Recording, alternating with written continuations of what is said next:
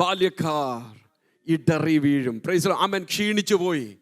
ക്ഷീണിച്ചവനുമായിട്ടായിരുന്നു ഇന്നലകളിൽ നിന്റെ കൂട്ടുകെട്ട്. അതാ നിന്റെ വിഷയം.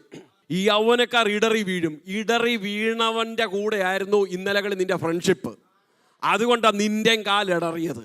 അതുകൊണ്ടാണ് നിനക്കും ക്ഷീണമടിച്ചത്.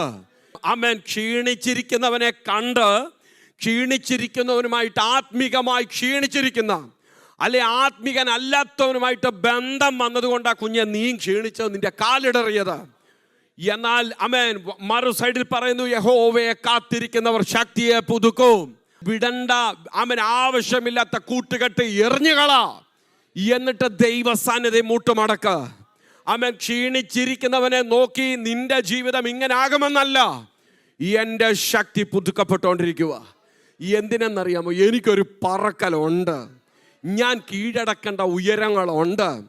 അതിന് ഇവിടെ വീണവനെ ഇടറിയവനെ ഒക്കെ നോക്കി കോഴി ചകയുന്ന പോലെ ചകഞ്ഞാൽ എനിക്ക് കീഴടക്കേണ്ട നന്മകളെ കീഴടക്കാൻ പറ്റത്തില്ല. ഞാൻ ശക്തി പ്രാപിച്ചേ പറ്റൂ.